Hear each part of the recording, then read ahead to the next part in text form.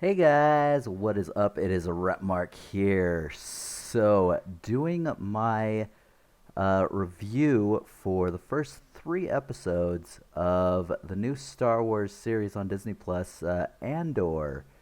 So, what I'm going to do on this one is because it's three episodes in a row, I'm essentially going to do a non spoiler um, part for one video, and then I'm going to do in a separate video like and I'm also going to do like a premiere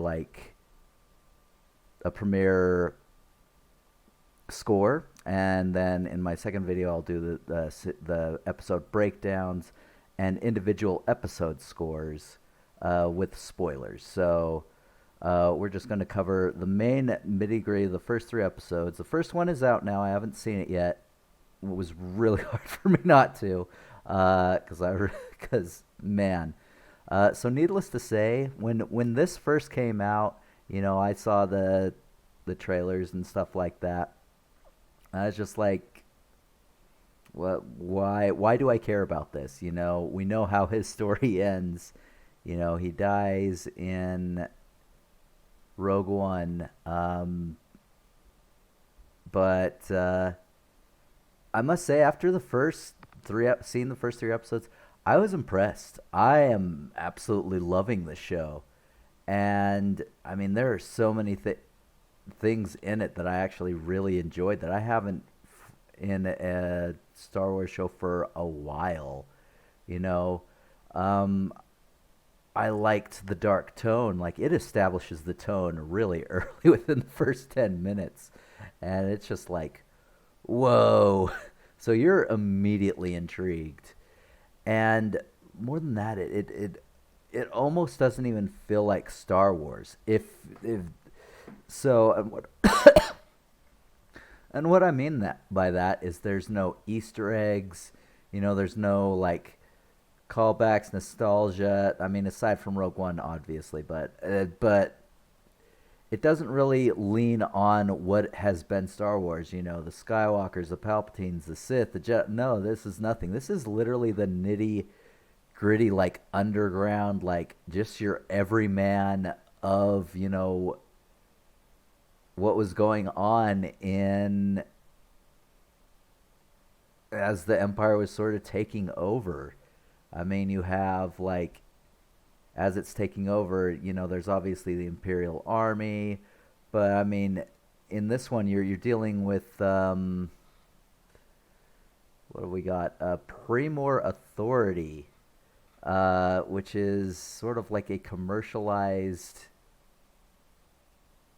like security force, which is tied to the Empire, so probably an existing like Republic force that you know commercialized, and then as the Republic fell, it sort of attached itself to the Imperial authorities and maintained order, thereby trying to keep the main Imperial authorities out of there.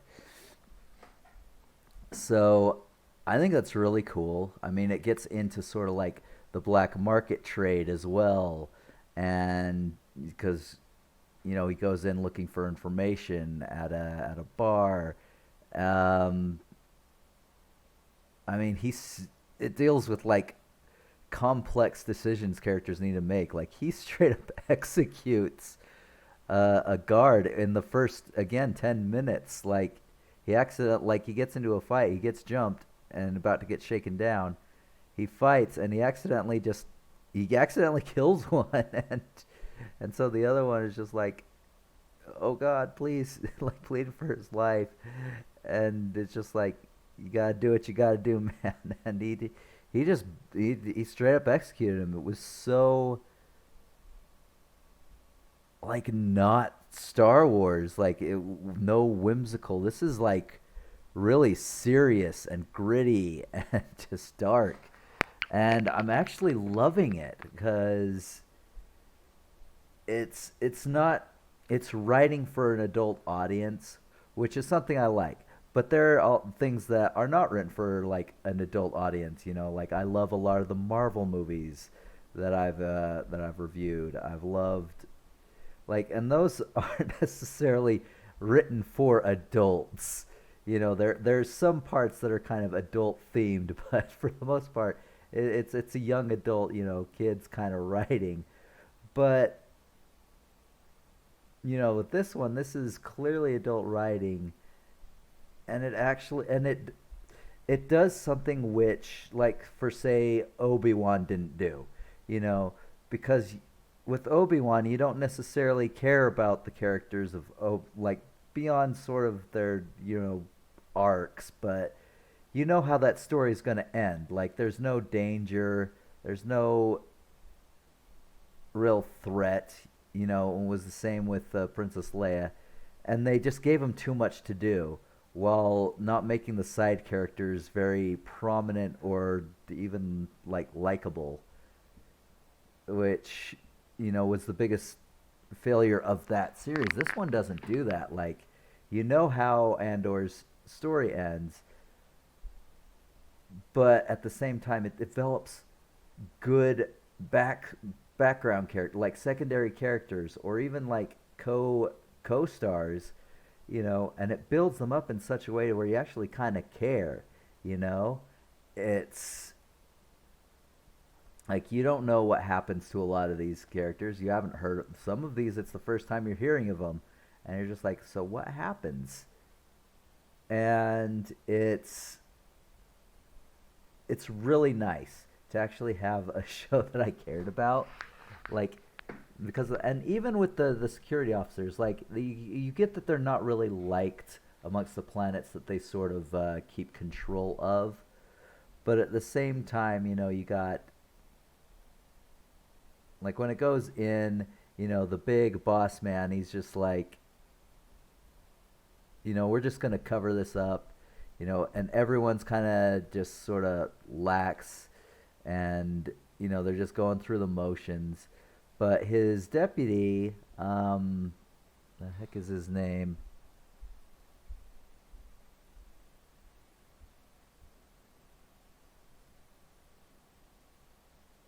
Cyril. Yeah, so he's like all about trying to find out who did this, and to the point where it just leads up to this great battle. And oh my gosh, the music of this, like, it's so good. It's not like this pop music or anything like that. This is like well composed, and I didn't notice if there were any lyrics, but the music itself was very noticeable to me. Like, I absolutely loved how it added to the story, added to like the certain beats of certain things that happened.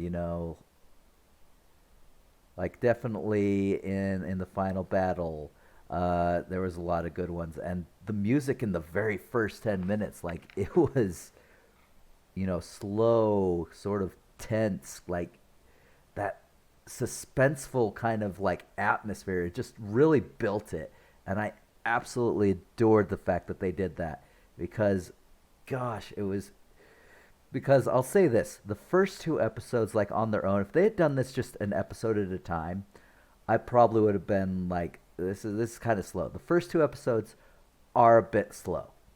I will say that. The third one ramps up, and in an amazing way, and I absolutely loved it. Um, but yeah, like, I love hearing about like his backstory, you know, and again, like, when you think Star Wars, you think these amazing backdrop, and they have that here for sure, but you're not looking at these glorious palaces, or these buildings and like high technology that you're used to seeing. This is literally like blue collar type stuff. You're in a essentially a in a junkyard, like, I don't know, like they're tearing apart old ships. Um, and the planet that he's at, what planet is this?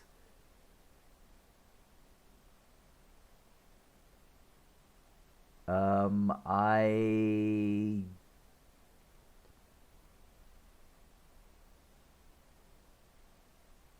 Ferrex. Ferrex. All right. So yeah, this is a place where if you want any sort of parts, you know, and it again covers a little bit of the underground because there's some trading that they shouldn't be trading, and he's also got a part that's an imperial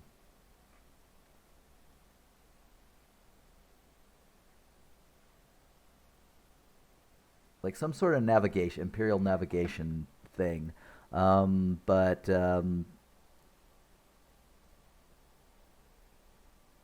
Yeah, it's just super cool seeing the everyman of the galaxy as opposed to just the soldiers or the senators or the Sith and the Jedi. It's nice to see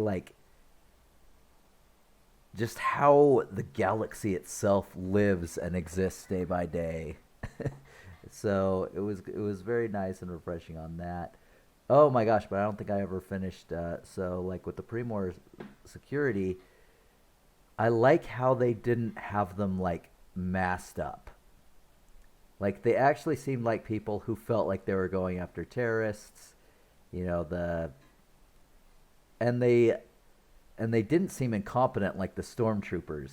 Like holy crap, you in there's in the battle here, like you see them take cover, they're doing tactics, they actually bring a dozen people to capture one man, just to make sure they do it right.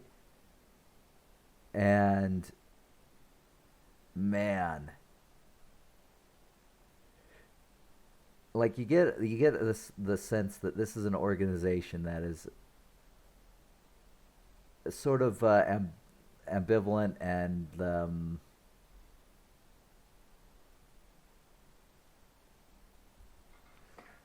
sort of complacent as they are. They they did they see him as a terrorist and they want to try to restore order. And even with the old chief inspector, he wants to keep the imperial authorities out, but in order to do that, they have to make them look better. So anyway, I like how they did this. I like the people. There's a lot of British actors in this show, and ones that I've known. Like the old inspector, he played Lord Royce from Game of Thrones, if you remember that. Um, and there was a few others. I forget from where, but I like how how most villainous things, they give this upper class, almost Brighton accent. These ones, you have Irish accents, Scottish accents, British accents from all over the place, but it seems very every man. It does. These are people, and not just you know in Coruscant, doing their thing, whatever kind of thing. But these are blue collared people. These are the laborers. These are the people that your car mechanics here. These are people who they work with their hands for a living, and I like how I mean you see technology and rockets and stuff like that, but it's not high technology. It's just an automatic crane or whatever. It's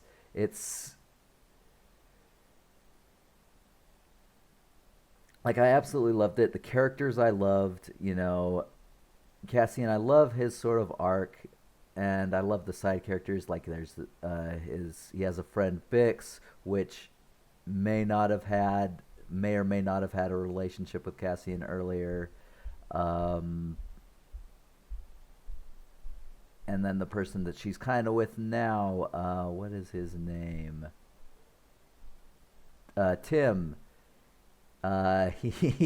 He starts out all right, but then it turns out he sort of sells Cassian out, and in the end, yeah, he gets his comeuppance in a kind of sad way though too. So, but yeah, it's and then he has a mother who you find out late, like in one of the flashbacks. So in this show, they do a lot of flashbacks, which I actually enjoy because, unlike ones in Resident Evil, it's not dominating. You know, it's like a few minutes of flashback, and then you're back into the main story. And so I did enjoy that. Um, but yeah, he gets picked up, and he's essentially looking for his sister, but he gets picked up as a kid to prevent the Republic from like coming down and murdering him with this whole tribe. So, which we'll get into in spoilers. But anyway, yeah, I love the new robot. It's B2. He's I don't know how they do it with the robots, but they create such different ones, you know, different models, different types of robots, but yet they can be still so endearing, and I, I absolutely love it. So honestly, I'm excited to see what episode 4 has. That'll be released soon. Um, but yeah, I'm strongly looking forward to this show. This show has really gone from like the low expectations I had. It ramped up in a really awesome way, good way, and I'm loving it. I'm all for it. I'm excited to see more. What would I give this? I'm gonna give this a 9. To be honest, the first 3 episodes absolutely it was a smart move to do the 3 episodes because it felt like there was an actual arc, you know, and if it had just been one at a time, it would have felt a little too broken up. And then wait, like how slow the first 2 episodes were, I felt like it would have hindered it. So doing the first 3 episodes was great because now I'm just thirsty for more, and I hope that they can keep up the pace with it because you know this is a show that I haven't felt super like I haven't felt this excited to see the next episode of a show for a while, you know, since probably Loki. And man, it's just anyway, I'm going to start rambling, so I'm going to get into the episode breakdowns and their individual scores. But anyway, I hope you enjoyed this sort of. I mean, there were some spoilers, but I hope you enjoyed the rundown, the rough rundown of the 3 episodes, and you know my thoughts of everything about it, from the story to the characters to the music to even the scenes. So anyway, like I said, I hope you all enjoyed, and I will catch you guys next time. See ya.